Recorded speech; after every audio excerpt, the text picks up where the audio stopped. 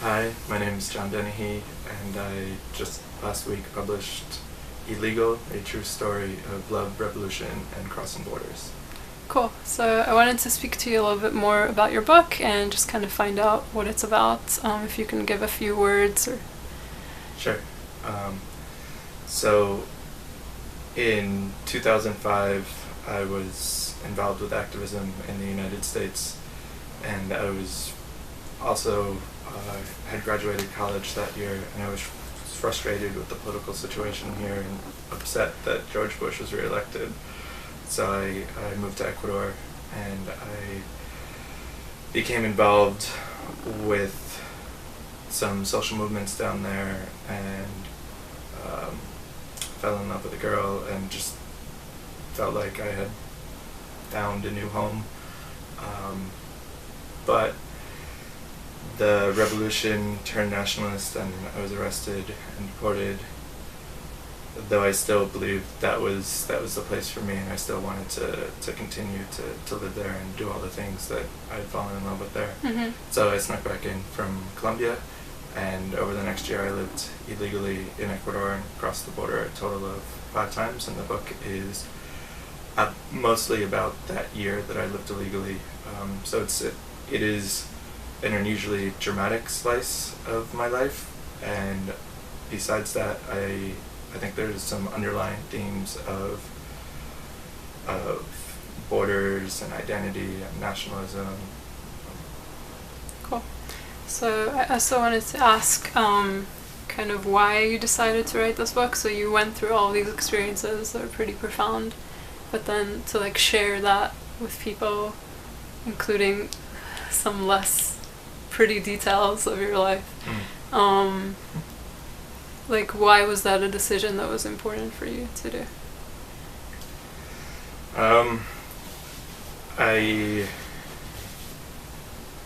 I think that words and ideas and sharing our experiences could add to the conversation, add context to different topics that we're talking about, and I thought that my story could be helpful. That could be a helpful addition and add some nuance to some topics like immigration and borders. Was there a specific point you remember, like, deciding to write about it, or it just kind of happened all together? No, there wasn't a specific point. I think it kind of picked up momentum in my mind slowly over time. Mm-hmm. You know, actually before I was even deported, when I just had trouble at the border before that, I remember telling a long version of that story to various friends, and they were all very surprised by what my actual experiences were at the border. It just didn't mesh with their perception of what would happen at the border or at a border, and that made me think like, oh well, maybe this is a story worth sharing, that other people could benefit from this. Mm-hmm. Were they surprised also because you weren't, like, were you keeping in touch with them while you were there, like, and going through all these things, or were you just kind of? Yeah. I was keeping in touch with friends in the United States while I was down there. So the other question I had was just about, like, immigration, and I'm an immigrant, so I know a little bit about this, and it's difficult to move to a new place and to leave everything behind. And I'm just kind of wondering what compelled you to do that and to pick up and leave. Because usually people leave for, like, better opportunities or, like, more money or, like, things like that, so. Yeah, that's true, and I think that my situation was a bit out of the ordinary, and that I didn't do it for the typical reasons. I was young. I was 22 at the time. I had no strong obligations here in the United States. Like, I wasn't married, I didn't have children, nothing to really anchor me very strongly. So I had more freedom than a lot of people to move in. Plus, because I was born in the United States, it was easier for me to go to Ecuador and then stay in Ecuador and to come to the United States. But it was mostly because I was frustrated with the United States and the direction that I saw the country heading in the aftermath of September 11th. How the country reacted to September 11th was very different than how I reacted, and the vision of what I wanted this country to become and what was actually happening. The path had diverged so much that I didn't want to be here anymore. I didn't want to participate at all. And did you think that there was a way that you could bring your message here, like instead of leaving and having to experience it somewhere else? At the time? No. At the time, no. I had done a lot of activism in the 2 or 3 years preceding the move, and I tried to do everything that I was taught in those civic lessons. I met my congressperson, I campaigned for candidates that I liked, I applied for permits for protests, and it seemed like it didn't have much of an effect at all, and I was just frustrated with following all the rules. And was borders like one of those things, or was that just something that you learned later on through experience? No, I think that I was probably, even before I moved to Ecuador, I was probably sympathetic to the idea that borders should be different than how they are today, that they could be better. But I didn't have many real life experiences with them, and I didn't have very strong feelings about it. Okay. And I guess also like the physical nature of this book, that you had to pick up and leave and like go through all these changes. Was that like an afterthought? Was that something that you were aware of as you were making the changes? Like as you were leaving, as you were moving, as you were conceiving of the idea of having this new life? Did you realize the immensity of the decision you were making? No, I don't think that I did. I mean, I think a big part of it was that I was young and somewhat naive about how the world worked when this journey started. So you didn't see it as a form of protest? I did see it as a form of protest, yeah. Okay. I mean, I saw it as I still do like Henry David Thoreau very much, and I liked his philosophy that even in opposition, if you really oppose something, then you should remove yourself from it. And that's what I saw myself doing when I left the United States. And do you think, like, with borders, do you think you could actually conceive of a world without borders? Like, does that make sense? Is there a way to even... Yeah, I mean, we'll always have borders, but I think borders can be different than how they exist today. In what way? In what way? I think that there could be some more equality between... So you're talking about national borders? Yeah. Okay. I think that there could be less disparity with how people are treated who were born within this country's borders as opposed to this country's borders. There's never going to be no borders. There's never going to be 100% equality, but I think it's a good ideal to strive for, and I don't think that is something that we're striving for now. And does this book and the experience you went through, does that connect with what you do currently, like with the UN, or is that like, does it feel separate? Is it inspired by it in some way? I don't know. I mean, I really do like to work for the UN because and the connection maybe with borders is that I like to see things through a more international perspective rather than from the perspective of one specific country. I try to, and I'd like to view things, and I think this is an ideal that that maybe more of us should try to view the world through a more international perspective rather than our own nation. I think the United Nations, for all its faults, does that more than most places. So I was also wondering about, I guess it's similar to what I was asking before, but it's a little bit more specific,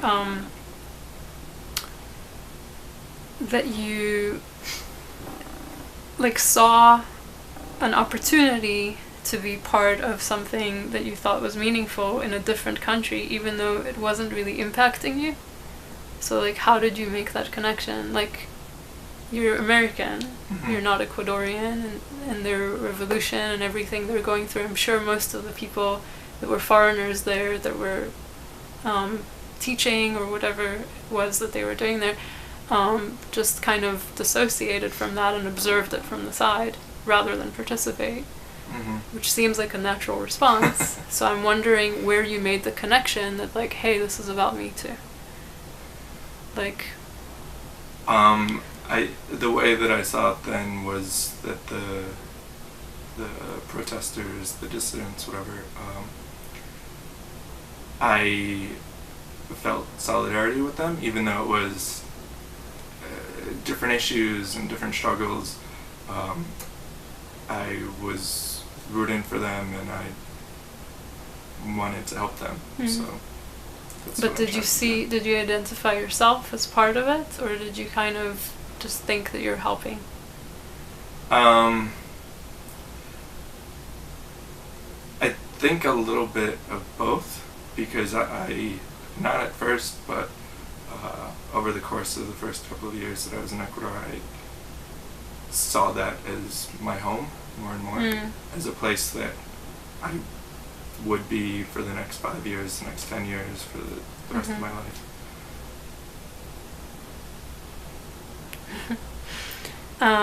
So if you had the opportunity to go back in time and relive those experiences, would you do it again, or would you change? And I have the wisdom that I have now? Yeah, of course. Okay. Looking back on everything that happened and what you did and how people reacted, including family, friends, how you affected others positively and negatively, would you do it again? I mean, I would certainly change things. It's not like happy with everything that happened or everything that I did, or. But in general, like. But overall, then I would, I'd make modifications, of course. But I'd do it again. And is there something that's like a giveaway message in this and all of this? Like, is there something that you'd want to leave people knowing after they read this book? Well, my hope is that people see borders and immigration a little bit differently. And I think a message that I'd like to come out of this book is that everyone who crosses borders has their own story, and we shouldn't prejudge them, we shouldn't group them all together, which I think is too often the case, and everybody has their own story. And were you aware, I think you did say this in the book, but were you aware like of your privilege while you were going through these experiences? Because for people who are actually like, in circumstances that they cannot control, and they didn't choose to put themselves there, it almost felt like you chose, even though not completely knowingly of what you were doing, but you did kind of choose to rebel against it. So did you see that lack of fairness? Did you recognize that as it was happening? That another person wouldn't have? I think I recognize it more now in hindsight than I did at the time. At the time, I did, but not as much as I do now. I think it's hard, and I talk about this a little bit in the book.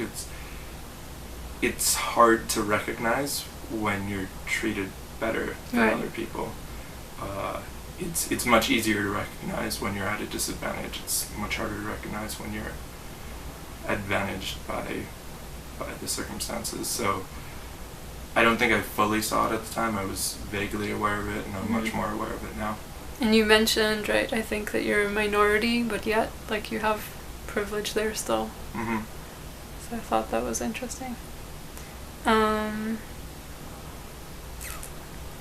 See, is there anything that you, like, is there something that you think is relevant to us right now, like in 2017 with this message, as well as to the United States, or? Yeah, I think there's a fair amount of similarities for me between 2005 and 2017. 2005 was when I left the United States. And I think that if I was, now I'm in a much different place in my life. I'm a little bit older, a little bit less naive, and a little bit less tied to the United States.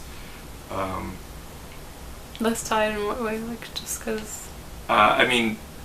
Before I left in 2005, I had always lived in the United States. Like, I had spent almost no time outside of it. Now, I am, in my adult life now, I'm in the U.S. probably less time than I'm out of it. Okay.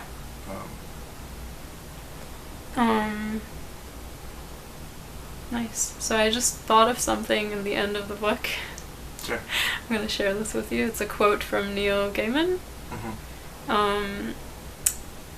Let's see. He says, "It's like the people who believe they'll be happy if they go and live somewhere else, but who learn it doesn't work that way. Wherever you go, you take yourself with you, if you see what I mean." And as I ended the book, I was like, okay, there's a lot of idealism. Yeah. That it wasn't always acted upon in the most mature way, but I think overall it's just that message of you get to that point in the book where you're just like, okay, I thought I was in love with this person, I thought I was in love with this place, I thought I was in love with this revolution, but I clearly didn't understand it completely for what it was. Do you have anything to say about that? Yeah, I think that's true. I agree with that quote. I think a fair segment of the book is kind of a loss of innocence, realizing that, having all these ideals and thinking things should be this way and that I could be this way. And that's something that's relatable, no matter what life circumstances you're in. Right, that you, before it actually happens, and you think that it should be like this, and I can make it like this. And then when that day comes, you realize that it's what happens in real life is much different from how you thought it would play out in your head. And it's, again, this was a big part of this was because I was young and I just didn't have a lot of similar life experiences to really compare it to. So yeah, but I agree that wherever you go.